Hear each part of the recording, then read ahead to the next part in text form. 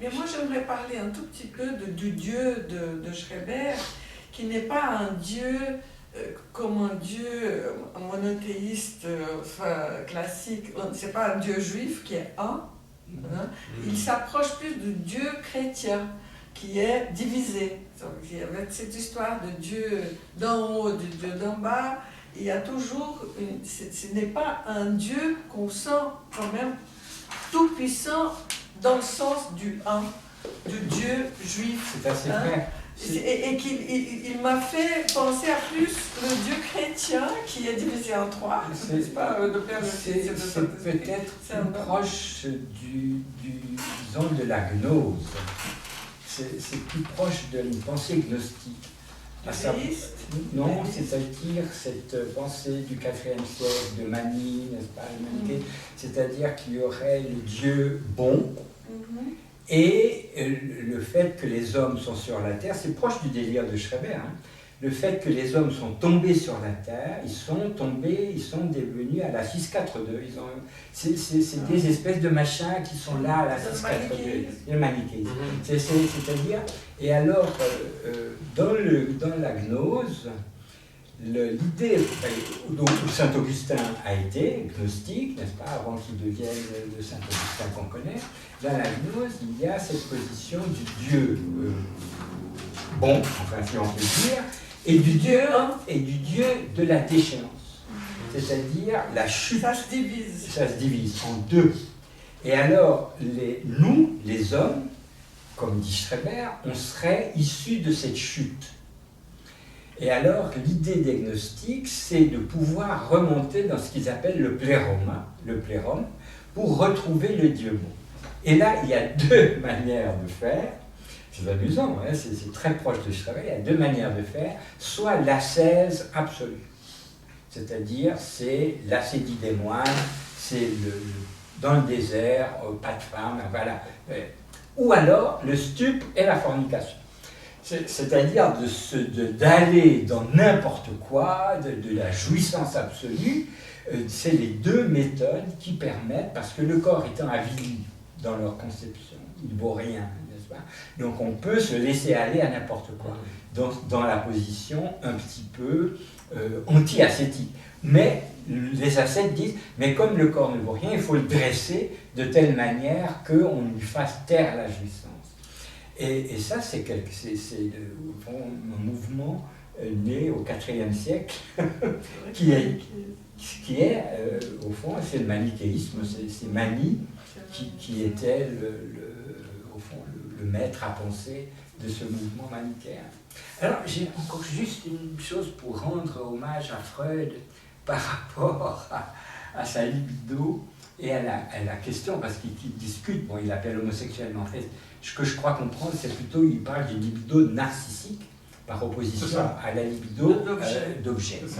Et cette libido narcissique, retrait sur soi, etc., serait le sens de la psychose. Et c'est intéressant, par rapport à ce que disait Daisy de la bêta de dos, parce que ce que tu as oublié de rajouter, c'est que lorsque Zeus a coupé... Il change le sexe. Non, c'est pas ça que je voulais dire. Oui, ça, bien sûr.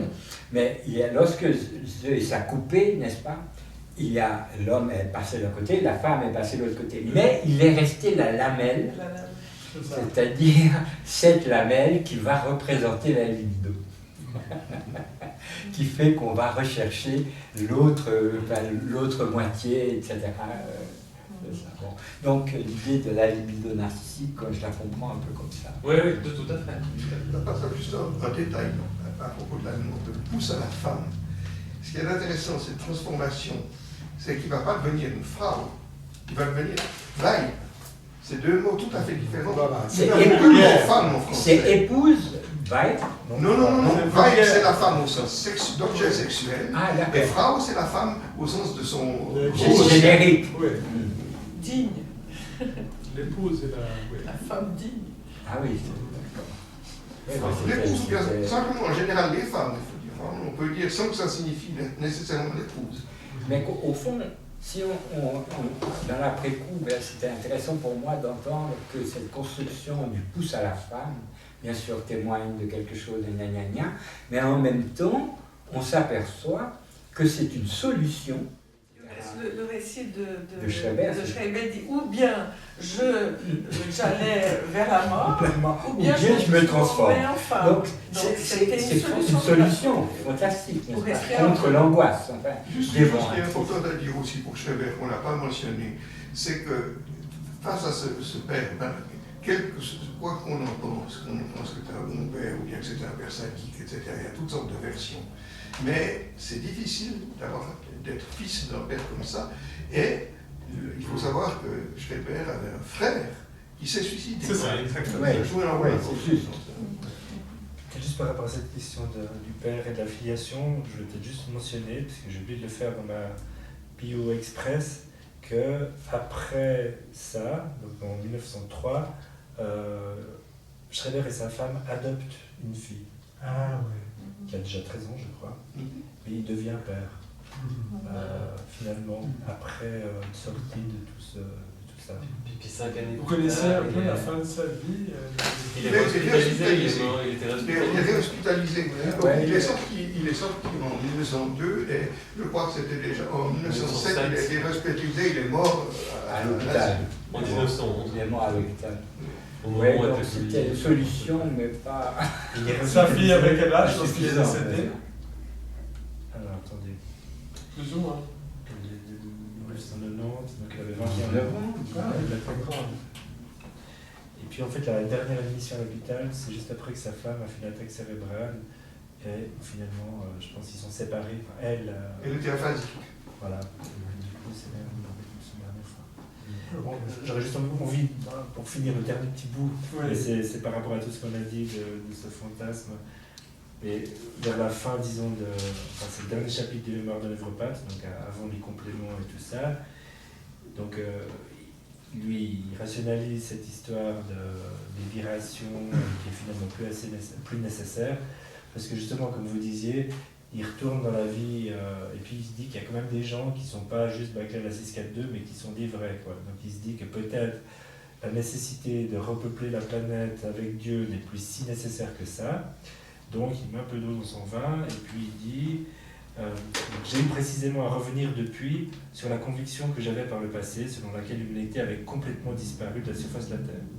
Possible donc, vraisemblable même, que les choses en restent jusqu'à la fin de mon existence, à ces ébauches soutenues de féminité dans son corps, et que ce soit en tant qu'homme qu'après la mort, je dois finalement quitter la place.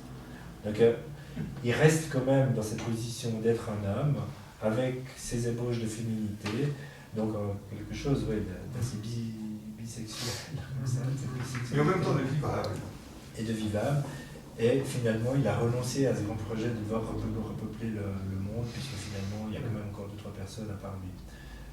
Mais c'est quand même incroyable, ce parcours où il est pris d'hallucinations, de devinements, de plein de phénomènes psychotiques, et puis il arrive quand même alors Freud parle de guérison, parle de délire, mais en tout cas une stabilisation, quand même, dans l'écriture, quand on le... C'est incroyable, c'est formidable. Un texte magnifique. Oui, mais après, dans les compléments qui sont écrits juste après pour le final, Non, c'était une bonne fois, hein. disons il est quand même, il reste entre le système délirant et le système de la réalité, et puis il ne sait pas comment en effet joindre les deux bouts, quoi. Les Donc films sont après, coupés. dans ses compléments, il reprend un peu les thèmes, la divinité, etc., etc. Mais il reste comme ça très partagé entre ces deux versions de son monde. En tout cas, merci beaucoup. Mais il y a elles ont les deux inscrites dans ce Merci, c'était Merci, formidable. c'était très Merci. bien. Très sympa. Et merci aussi à Jean. Merci à Jean. Parce que là, on a. Qui a accepté de mettre dans ce statut. Je sais Non, pas c'est d'où toi j'ai. Dans quel livre j'ai développé ce machin. Ça te dit quelque chose? Parce que